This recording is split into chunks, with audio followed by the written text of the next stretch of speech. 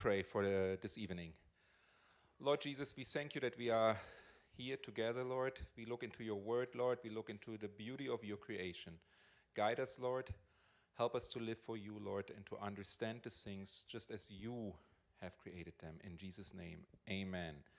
So, welcome to Is Genesis True? Second part. Today, just as a small disclaimer ahead, we'll dive deeper in some mathematics as we look at the cosmological arguments. So why do I give you this disclaimer? Because if you have any questions, if you feel lost at some point, please let me know. I'm trying to make this as understandable and as visual as I can, but sometimes we're getting a little bit crazy in some numbers and sort models, so that's why please let me know if I lose you. Just as I said last time, if we look at creation, it's not a salvation issue. Please don't misunderstand it. We are saved by grace through faith alone. So just as this again, keep this in mind. And then what will we talk about today? So last week we talked about how old the earth is. Today we are looking for cosmological arguments for the creation. So we are looking a little bit into space, into the universe, into physics, and how they point to a creation instead of like a mathematical solution for the problem of our origin. And then next week we'll continue looking at the biological arguments, and then as I said, like in 2 weeks from now, I want to have some time for your questions, especially those that take a little bit more time to explain. So please feel free to either on Sundays give them at the welcome table or come to me, let me know, and then we go over those questions. Then, with this out of the way, let's start with the first thing that came from last week.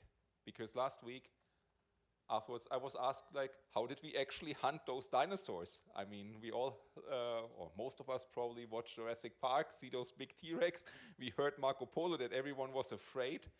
And like, if we've been the cause of them being extinct, well, somehow we must have been very smart, or how did we do it? Interestingly enough, and this is just short, Marco Polo has an answer for us in his things, because he describes how the people actually were hunting them. They had a problem, they left a mark on the floor every time they walked. And what did we do?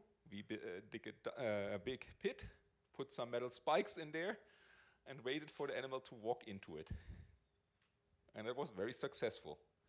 So I'm not reading the whole text, but that's actually a quote from Marco Polo, who saw humans doing this. Another interesting fact to it, in China there are still people selling dragon bones as medicine. This turned out to be actually dinosaur bones that they found somewhere. But there's more to it, because there were even emperors who had dragon feeders, dragon tamers, so something must have been there that we don't know any longer. So, and fact with those spiked pits, yeah, they've been used even in modern times still to do very many nasty things, even in this very similar area. So they are not that far off. But that's like one explanation how humans hunted animals that were way bigger. Or just observe them, put a trap out, and yeah, those spikes were apparently so sharp that they killed quickly. Then another question that I got is, doesn't the Bible mention unicorns? Everyone's favorite animal. And yes, unicorns are mentioned in the Bible. And now, all the women here and girls, please forgive me. It's not this animal. Sorry.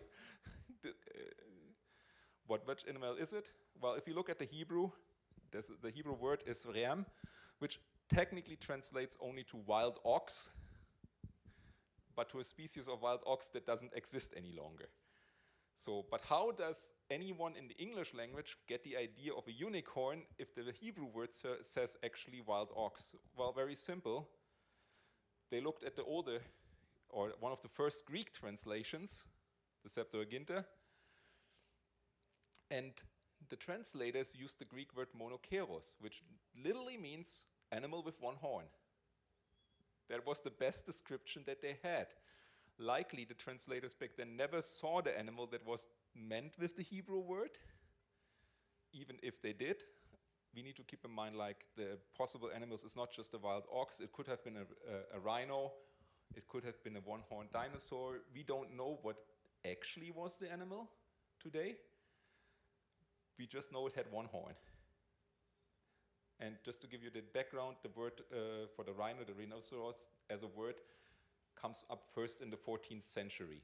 So the translators of the Septuagint certainly did not know the word rhino and could have used it, or the Greek panda. So what they did, it's like, yeah, they talk about an animal with one horn. That's what really the Greek means, one horn. So, and the next one was the translators from the King James translation. That's where you find unicorn today, took this and translated one horn into English, and bam, you have unicorn, because that's what it is. Animal with one horn. Why do we still keep it today? Well, because of the first reason that I just mentioned, we don't know which animal it actually was. And some translators are like, well, then I stick with the people who probably saw it, and that's more accurate than putting any other animal on it.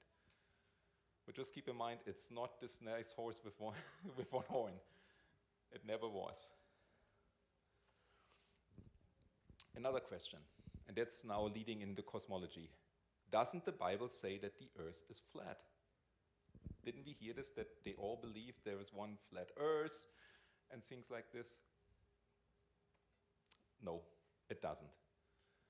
Yes, the Bible uses in some cases a poetry language, but it is very clear that this is poetry and not a physical description of the world.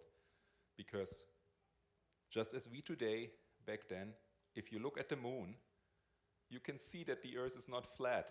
The shadow on the moon is not a flat earth. It's a clear sphere. And that was known. Why was it known? Didn't people in the medieval age still believe it was flat? Not at all. There were some people, very few, who had this belief. The way more common belief in the medieval age was like, yeah, the world is a sphere, but no one is living on the lower side of the sphere because they would all fall down. Which makes sense if you think logically, but it was still a sphere. They couldn't imagine how this could work. That comes later, and it is in ancient documents. Actually, already Greek literature mentions a round earth. Christopher Columbus certainly had the idea that the earth is round, because otherwise going on a sail trip to the west just to come out what was known in the east would have been a bit crazy if you can fall down. Yes, I did heard rumors that Vikings believed in a flat earth, and we have fun stories like from Eric the Red, who literally said like, okay, if the earth is flat, then I go there and see. I want to see the edge. Well, we know where he ended up, in America. Doesn't Isaiah mention the circle of the earth? Yeah. Yes, but Chapter 40, verse 22. correct. So, but it all refers to round earth, not as a flat earth circle. Oh, okay. So it was always round, a sphere. So then we could ask, didn't we all learn in school that some famous artists got in conflict with the church because of their belief? Not really.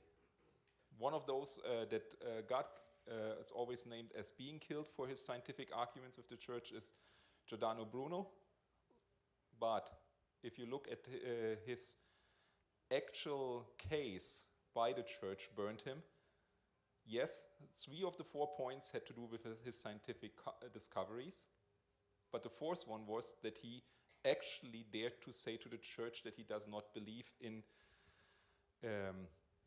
the breaking of bread, and that during the breaking of bread, the wine really becomes blood and the bread really becomes the body of Jesus. Something that as a devout Catholic you shouldn't say to your Catholic priest, especially in the medieval age. So that was more likely the reason why he was burned at the stake for heresy than any of his scientific reasons. Why? Let's play a short game here. What did these scientists before us actually believe? I give you a first quote, and I ask you all to think, to see who do you think said this. I do not feel obliged to believe that the same God who has endowed us with sense and reason and intellect had intended for us to forego their use. Who do you think said this? Nope, it was not Isaac Newton. All right. That was Galileo Galilei. He was Catholic. He was a believer. He believed in God. He did not see any problem with it, that he did all his research. He actually said, like, yeah, God gave us a mind, so let's use the mind to understand his creation. Let's try another one. Maybe Galileo was an outliner of those famous scientists. Here's another one. To know the mighty works of God, to comprehend his wisdom and majesty and power, to appreciate in degree the wonderful working of his law, surely all of this must be a pleasing and acceptable mode of worship to the Most High, to whom ignorance cannot be more grateful than knowledge. Anyone wants to give a guess? Nope. That was Nicholas Copernicus. So the one who actually comes up with that the Earth is not in the center, so and all the planetary laws did not see it as a contradiction. He saw it as worship. And yes, he was Catholic. He was devout in his faith, so, and the church did not harm him for this. Yes, they declared some books as being heresy, but that was more because they were standing on some older Greek texts that said something else than he did. But he was not killed for it. Let's do another one. We have a third one. God who gave animals self-motion beyond our understanding is the same God that gave the laws of motion to the planets. Yes, that's Isaac Newton. So yes, Isaac Newton was a believer too. So one thing that we can take away is like most of the believers, especially those famous names that we all learned, were believers. They did not see any conflict in their belief in God and the science that they were doing. This idea that there's a conflict between faith and science is relatively modern. It's less than 200 years old. Yes, there have been a few people before that did this and had this conflict, but most of the time, most scientists, and even today, a lot of scientists who study those fields deep come to believe in a God because they say like, yep, there is a limit to our understanding. We can bend it that far. As we talk about cosmological arguments, I want to go through with you over the types of evolution, because the first argument that we heard like is always evolution. And one good argument is like, what do you mean when you talk about evolution? Do you mean cosmic evolution, aka how the universe came into place and its laws? Do you talk about chemical evolution, which means like how do actually all those chemical reactions work together, how we get from some very basic elements to more complex elements, ultimately to organic compounds, and then what becomes eventually life? We talk, by the way, next week we talk a little bit about chemical evolution and the problems. Do we talk about stellar evolution? That's the science or the evolution of stars. And there's an interesting fact. We never saw a star forming. There is no observation that ever a star formed. Yes, there are theories how this happens, and there are mathematical models, but I would say paper is very patient. We haven't seen it yet. We have an idea where it may happen, but we never saw it. And interestingly enough, if we look at the real world physics, forming a star is almost impossible because there are forces in place that would fight against the collapse. Just like having some hot gas suddenly collapsing in itself and starting a fusion reaction. We haven't seen it. We don't know how. I know a lot of scientists who would like to start a fusion reactor because that would give us a lot more energy. We haven't been able to do it. Or only for very, very few seconds under the use of more energy than we actually get out of it. So we can talk about organic evolution. That's like evolution in general of life, how we now come from some chemical compounds to organic compounds. We can talk about macroevolution. That's like how how something simple becomes more complex, or that's probably the evolution most of you know in mind when you look at like how apes become men and start talking about how they became what they are. That's basically the field of macroevolution. Or we can talk about microevolution. Microevolution is basically, there's no complexity added, it's the different races that you see, like different kinds of dogs, different kinds of cats, different skin types. That's microevolution. Interesting fact, if we talk about evolution, that's the only evolution that we ever observed. Another fact, the only one who really studied it, who established some laws in the beginning, was a Christian monk. So that's the only evolution that we actually observe, and that probably none of us has a problem with saying like, yes, there's a potential in a certain species, and this is realized in different expressions. The error from a scientific standpoint comes is just because we can observe this little point, apply it to the other 5 that we have, that's what's not working. Just because we can observe, and that's actually also one of the big mistakes that Darwin made. He observed microevolution. But taking this as the step now in the sort model, then everything else is the same? No, it's not. Never observed, never found. I said we talk about cosmological arguments. The first thing that you always will hear is the speed of light, because it is used as a proof that the age is billions of years old, because we have stars that we can see, and the light took billions of years to come from there to us.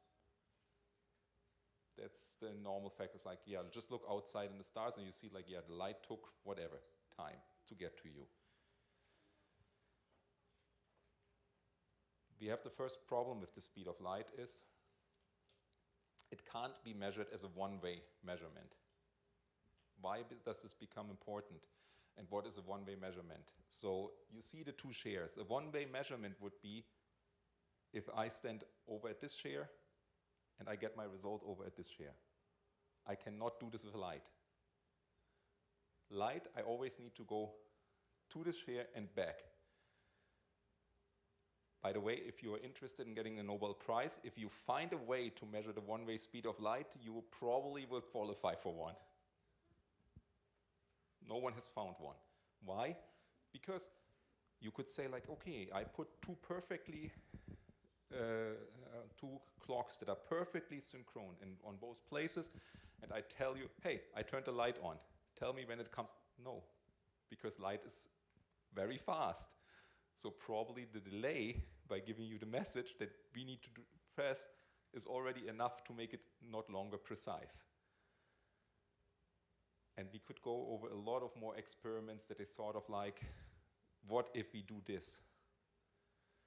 The other interesting thing is, since light is the fastest thing that we know, we can't even be sure that when I send a message and assumed that it was traveling with the speed of light, that it actually did. Because maybe on the way back, the speed changed. What is important is, how did we get to C as a speed in general? Via the round trip. The round trip is something we can observe. So that's very important if we now talk about the speed of light and potentially going into the idea of that the speed of light is not constant, it's variable, is that we cannot violate this measurement, because that's an observation. That's scientifically correct. We do know that if we do a round trip, we end up with, I should have written it down, the speed of light, honestly. I always remember the German one, which is like roughly 300,000 kilometers per second. So it's 150,000 miles per second or something roughly. We also know that nothing can be faster than light, which leads to a very interesting paradox, because if something has a fixed speed, technically I should be able to reach this data point. In all experiments, if you reach the speed of light, you will never be as fast as light. Light will always be faster. which is very interesting. It will always be faster than you are. You can never reach the speed of light. Another interesting idea, this is actually from Albert Einstein, is if you would travel with the speed of light, time would become zero. There wouldn't be any time passing, which technically means if you're faster than light, you would travel backwards in time. There you have your time machine. If anyone finds out a way to travel faster than light, you can go back wherever you want, probably. You can't. But this implies another problem. Speed is defined as the distance divided by time.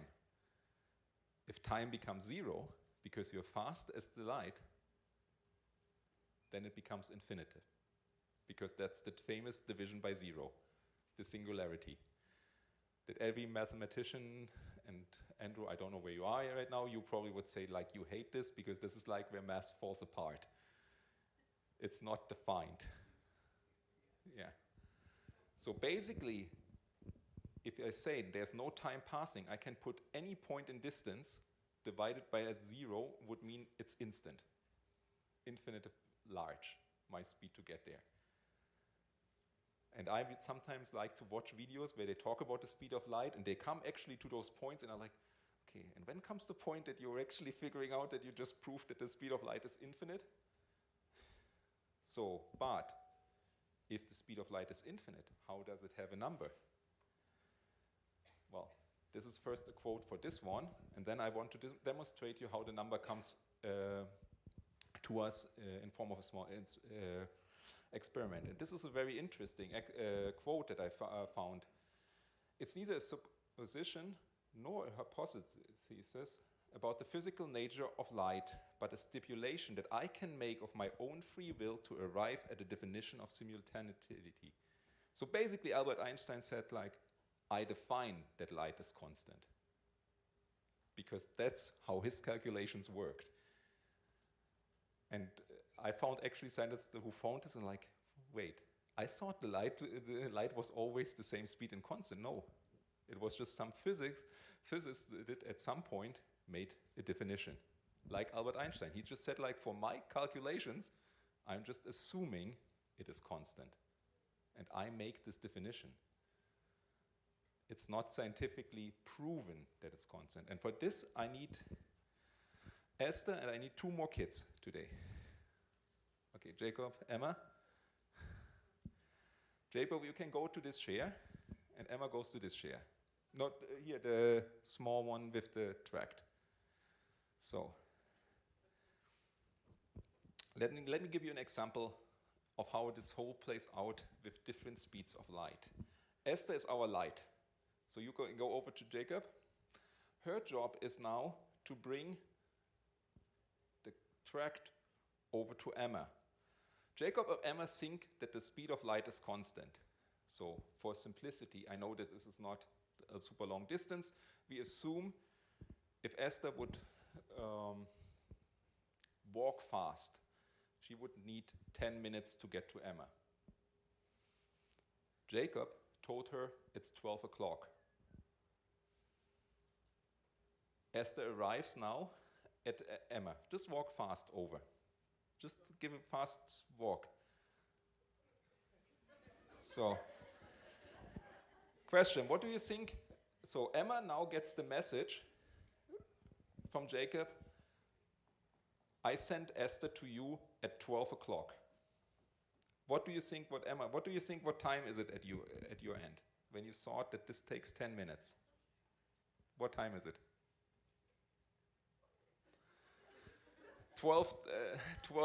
10 minutes after 12. So now you give the tract back and you go back to Jacob and you told Esther, I sent you at 12:10. Go back with the same speed. So, Jacob, what do you think, what time is it now? 12:20. So now we do the same experiment, a little bit different. You sent Esther still at 12, but Esther, you're running. No, you go slowly. Go very slowly over to Emma. Not that slow. We want to go to the other points. Walk. Just walk.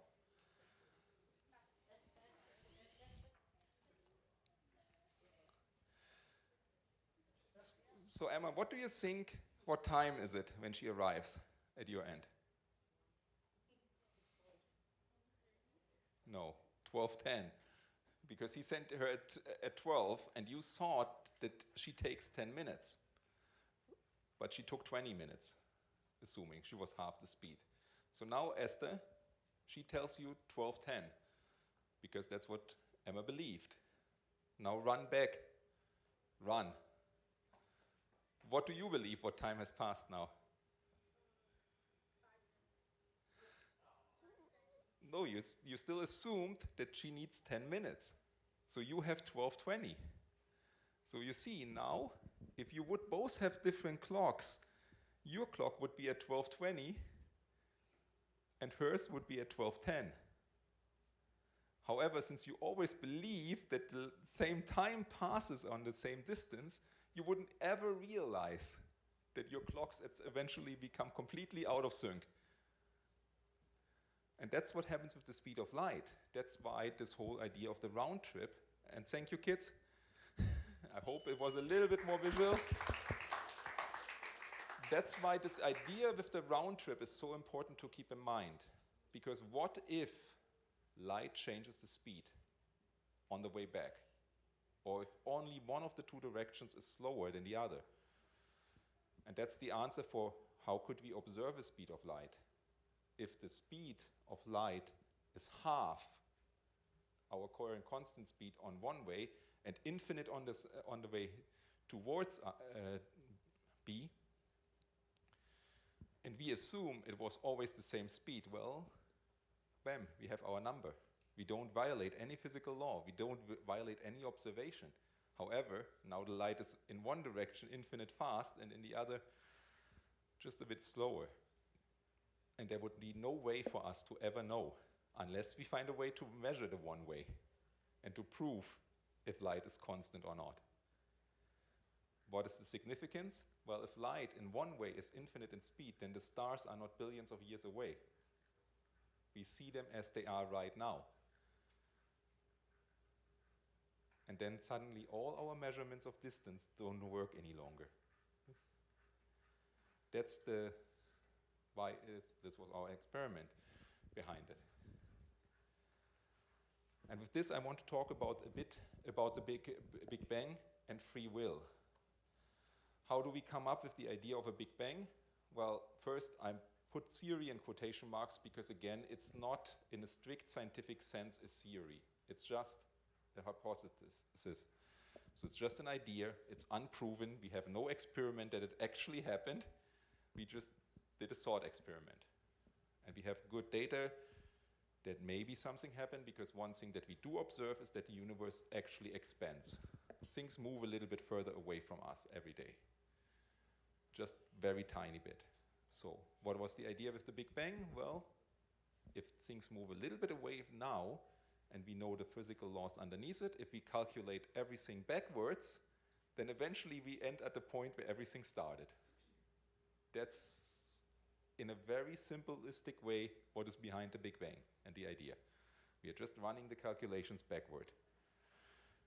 The problem that I personally see with it is, if I can run the calculation backward, then nothing could have changed on the way back. Because if there's any variable that I can't observe any longer, then I have a problem. Either everything was constant and never changed in how it behaved in the laws, then I can. If something did change, I can't. Because now, this is like the real question, can I do a calculation? Is 1 + 1 2, or is it 1 + 1 3? Depends on my observations and my definitions. And why do I bring 1 + 1 = 2 up? Because there was actually a very interesting mathematical definition in one place where it turned out to be 3. We leave this for Andrew at some point to explain. But yes, there was a definition that actually caused the crisis. They fixed the definition in a way. So, but it was technically really possible, and I saw the definition. So yeah, it's very interesting. Was missed. So, but if I can calculate backwards, if nothing has changed, then I come to the conclusion there was no free will. Because if I add free will to the agents in the system, how can I know that not any of the people before me did something to change my calculation? What if the universe changes depending on if Nabil goes to the left or to the right door?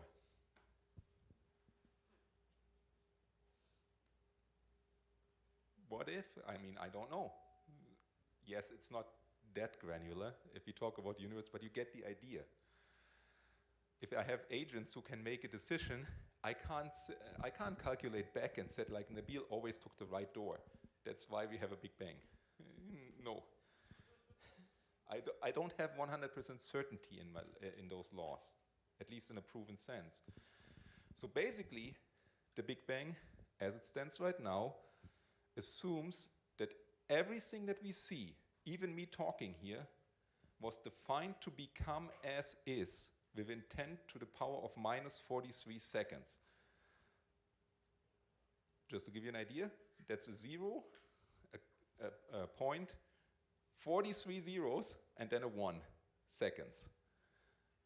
That's the smallest unit of time that we can measure where physical laws actually start to work. Beyond this point, we come into an area where physics still struggle to actually calculate how could it be. But that's the famous point of like where creation basically was defined, the laws. So I like to say like, if someone gives me the argument, sorry, my face is not big enough. I rather believe in 6 days of creation plus a rest day than in 10 to the power of minus 43 seconds of creation.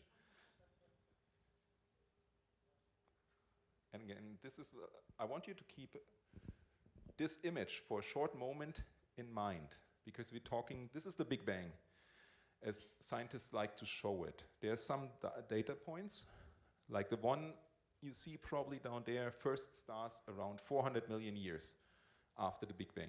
Just keep this number in mind. We'll get back to it in just a bit. However, what I also like to challenge people is like, how could we have observed something like a Big Bang if we want to? But what does the Bible say? And the Bible says, in the beginning, God created, and he said, let there be light. So now if you close your eyes and imagine a complete darkness, and someone says, let there be light, what would you observe? An explosion of light. Suddenly the darkness is interrupted by light. So if that's your Big Bang. God saying, let there be light. Well, bam, light goes on. You would see the same observation.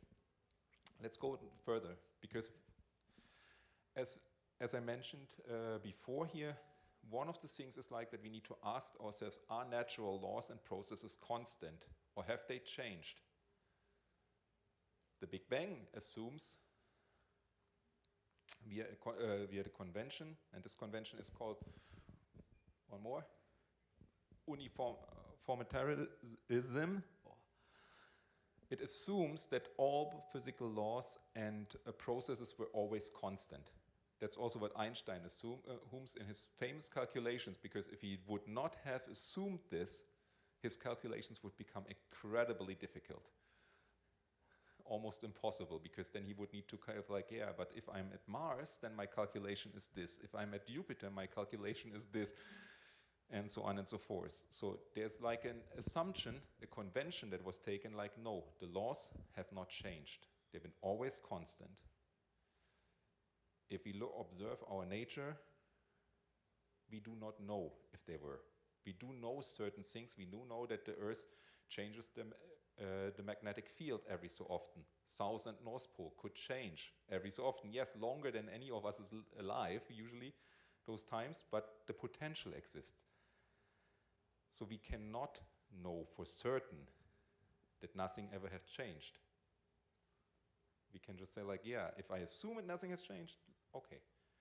But maybe it has changed. And now for the next following slides, I want us all to take another approach. Let's assume this is true. Physical laws and process have not changed. And let's go through a few examples and see what this actually means and what we now need to explain. And I will highlight how this relates to creationism as an alternative explanation that something was created, that laws may not have been as constant. But we'll go through this now. With the first thing, the problem with the moon. The moon, yes, the very same moon that you see, is moving actually away from us. It's 1.5 inches per year, so you probably will not ever see it very much more away from you during your lifetime. It's not a lot. Why does this happen? Because you all have probably heard we have tidal forces, the tides. You can see them here. So the moon attracts the water. However, the Earth is just spinning ever so much faster than the moon surrounds us, that it drags the moon a little bit off its current track, just very tiny bit. Because the interesting thing is, if you drag something forward or away from you in space, it gets faster. That's how the astronauts are up there on the ISS. And yes, we could go deeper into it, how you have an orbit, what happens when you speed up, when you slow down. But basically, when you speed up, you essentially go further away from your orbit. If you want to go closer, you slow down.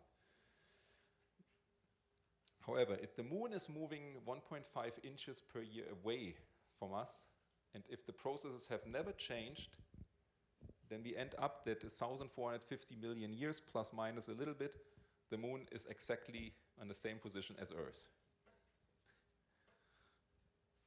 Because he has moved constant speed away, nothing has changed. Yes, it wouldn't be 100% constant because tidal forces get greater if he's closer, the tides get larger if he's closer. So technically, this is the maximum limit. So it's actually would have been way short at the time. However, if this is the case, then we have a few problems here. First,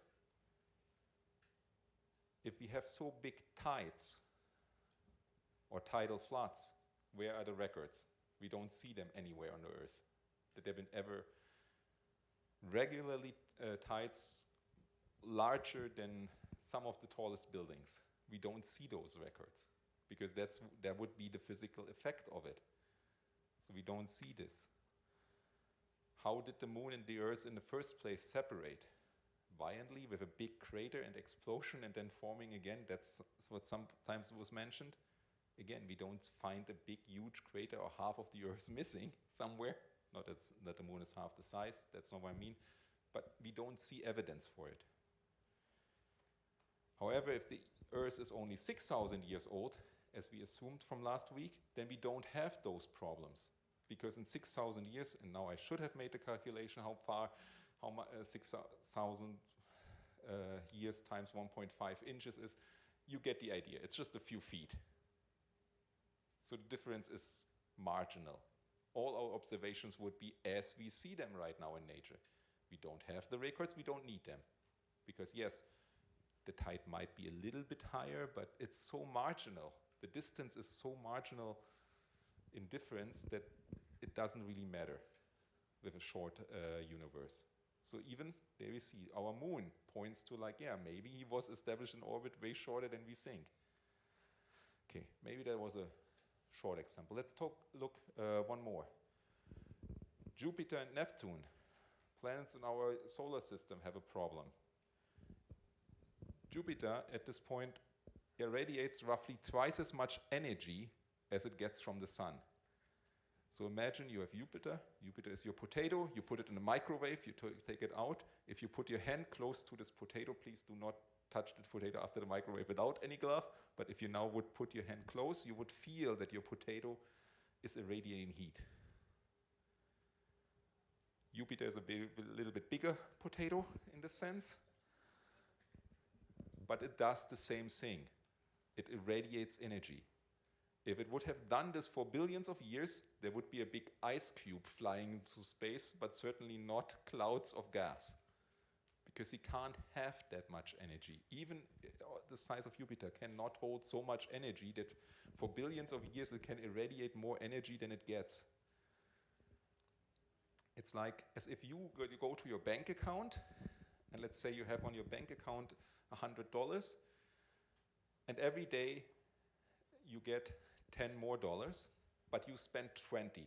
How long would your bank account be positive before you end up in the negatives? At some point, it will go negative because you spend more than you get. And here's but again, in 6,000 years, well, Jupiter is big enough to last long enough. For 6,000 years, no problem. He has the energy to do this. And the same is happening with Neptune. Neptune irradiates roughly 2.6 times the amount of energy than it gets from the sun. Still, it's not a frozen block of ice. It's cold, but it's not a solid block of ice. It still irradiates energy. And again, this cannot last billions of years. And in this case, it's only 4 times the size of Earth. So it's even smaller. So this would happen actually even faster than with Jupiter. So now we skip this experiment that I had. Spiral galaxies. You all have probably seen the nice picture from our Milky Way with those nice spiral arms. Well, it has a problem with billions of years because those nice spiral arms, and they did run those simulations, cannot last for billions of years.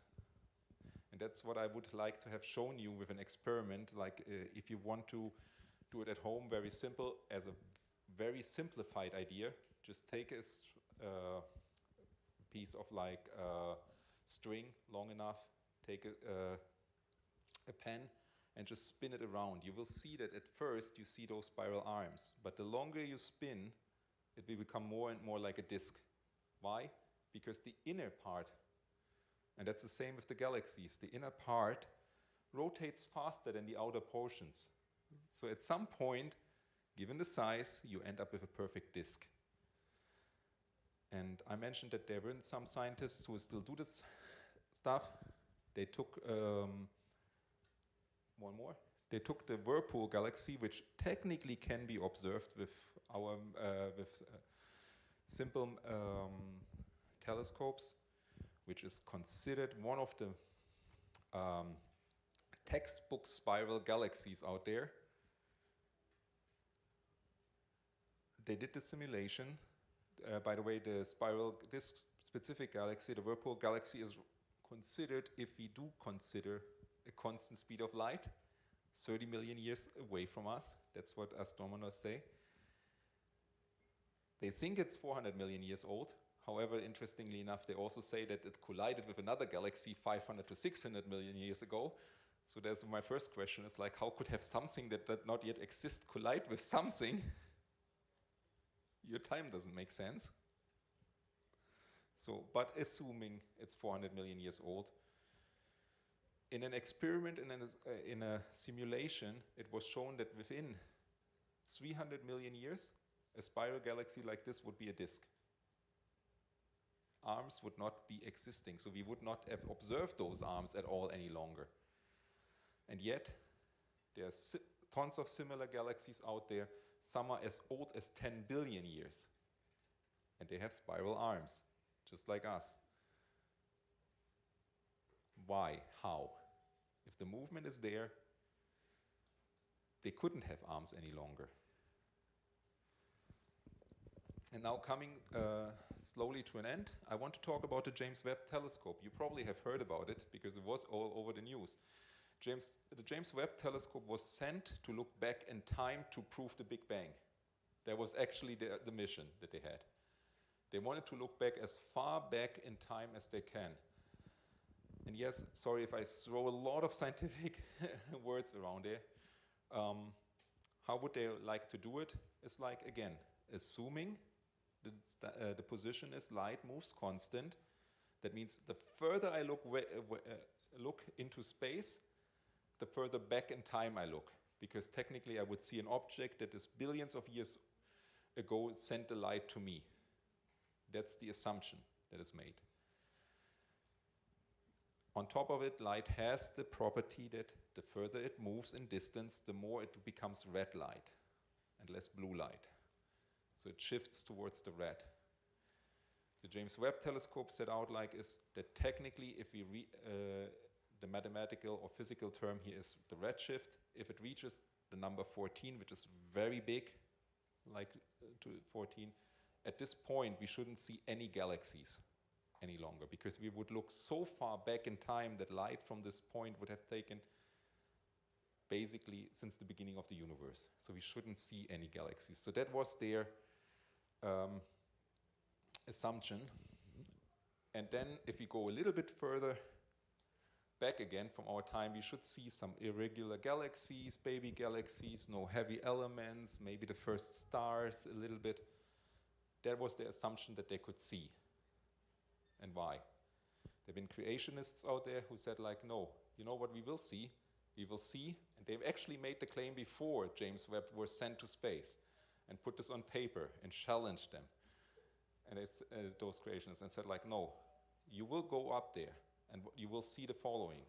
You will see well-formed galaxies, you will find more stars than you ever believed, and you will see heavy elements. So they basically took the 3 key points of the non-believing scientists who said like, no, we won't see galaxies, we won't see heavy elements, and we will see those very early steps. They took those points and said, no, we say like, you will see the opposite. And I heard from one scientist, he actually said like, and I challenge you one more. Before James Webb was sent up, he said like, and I tell you what your answer will be when you send it and you see it. You will say like, oh, our math was wrong. We need to calculate a little bit new. That's what you will see when you actually observe what happened. And here comes the but. So we sent the telescope up, it's up there, it's observing. What happened? We found more galaxy than expected. And not a few more. They looked actually toward the Hubble telescope, looked at a very tiny piece of the sky in the past and found tons of galaxies. So we put James Webb on the same spot, looking at, and there's several thousands more galaxies in this even tinier spot, even further. James Webb was able to look back to what is redshift 20. Remember that, like 14 was supposed to be like, past 14 is black. No, we saw things past 20, so way further back if everything else is constant. What else happened? Those galaxies were well formed. They were not just irregular blobs. And they were way older than expected. And here comes in. Remember that I just told you in the Big Bang picture that they said the first stars formed 400 million years after the Big Bang? The galaxies that they found, if they apply the same calculations, would have been formed 280 million years after the Big Bang.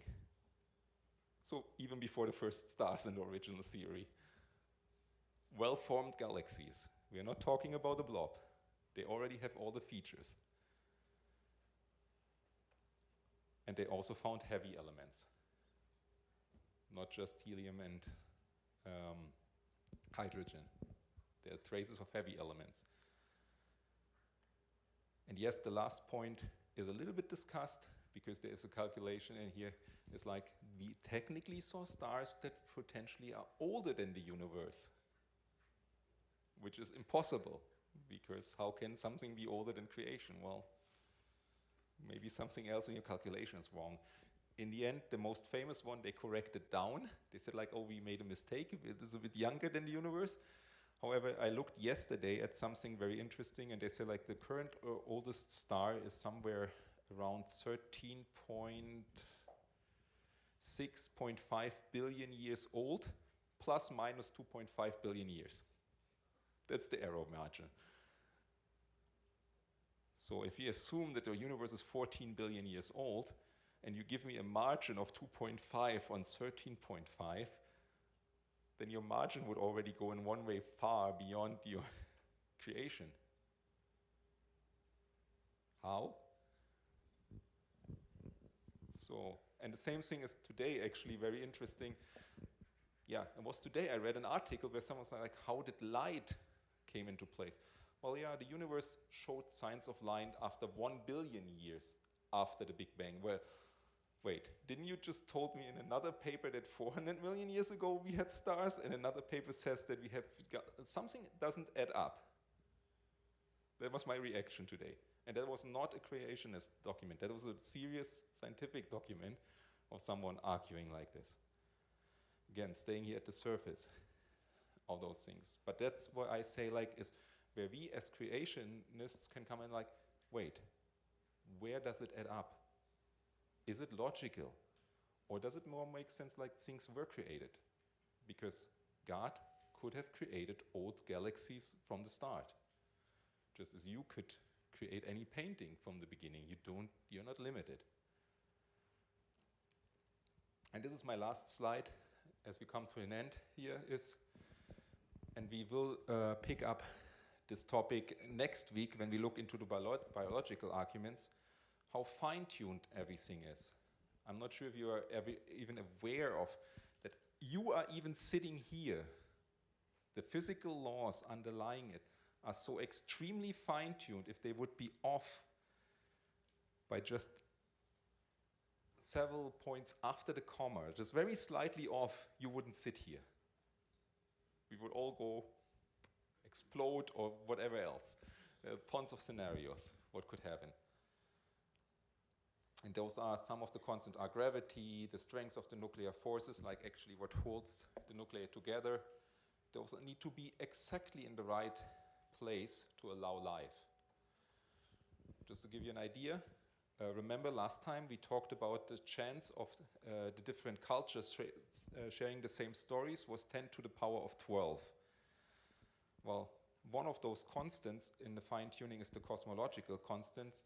The chance that it lands exactly as fine-tuned as it is, because the fact that we sit here proves that it is 10 to the power of 120. So that's basically 120 zeros after this 10. You're more likely to win every week in the lottery, than this happens.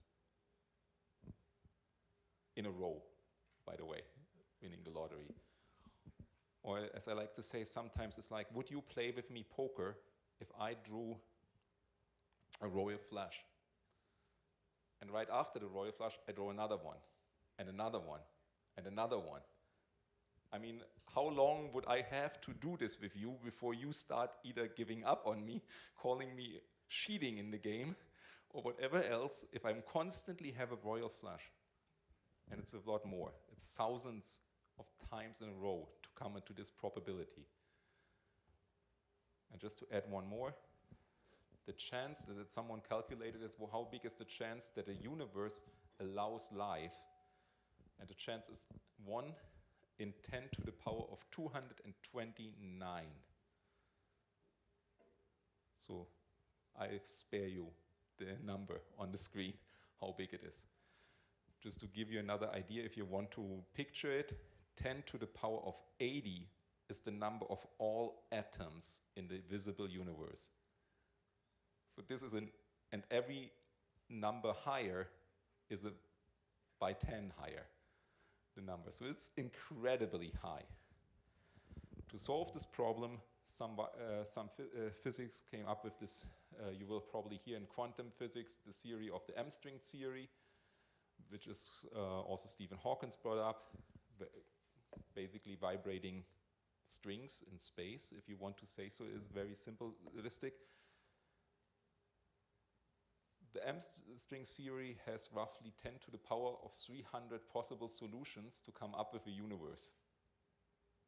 And in this way, and by the way, it needs exactly 11 dimensions to work. We only observe 4, but they need 11 to make it work. If you would believe in a universe by chance, you would say, like, I'm 1 in 10 to the power of 300 possible solutions, and it just happened to be that I'm here. I was just lucky. Honestly, and this is my point here when it comes to phase, because nothing of this is proven. This is all paper, this is calculations, yes, as we learned last time. If we talk about probabilities, as long as it's possible, it is possible. There's not impossible. As long as it's a possible solution, yes, it can be a solution. A solution like this is highly unlikely. And I would encourage with this, and that leads to the question slide, is like, what do you want to believe? Do you want to believe that you are by chance? Even if the chances are slim, it's still possible. Or do you believe in someone has created you? Very interesting if you want to look at it. Answers in Genesis did an experiment from creationist side. They actually asked several of the modern AI models the question very deeply, and they actually limited the AI models to only answer what is logical, observable science and math. They didn't want any religious influence in the AI, asked the same questions, and even those AI models return with the question, there must be a creator, because that's the most logical answer. Everything else is less likely if you just think of the math. And that's the cosmic argument, or the cosmological arguments.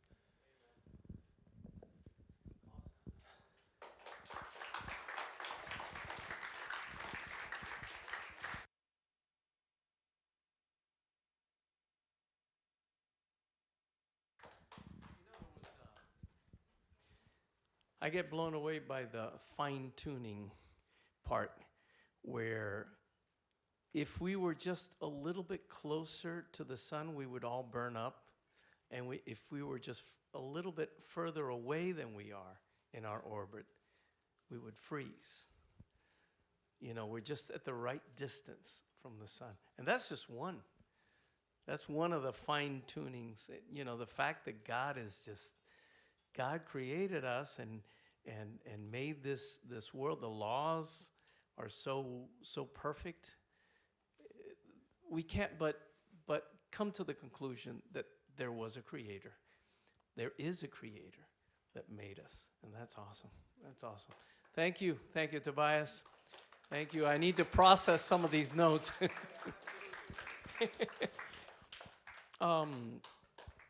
Well, I'll see you guys Friday. New Believer Bible Study. If you're not part of a small group, please join one. And on Sunday, we're going to start taking orders, because we're going to have on November the 8th, we're having a Mile of Love, and we're going to start taking orders for a new T-shirt for Mile of Love. So if you guys are interested, it's going to be cost. So you guys we'll have some models here actually coming up on stage and showing us the T-shirt. So, well, God bless you guys. Have a good evening.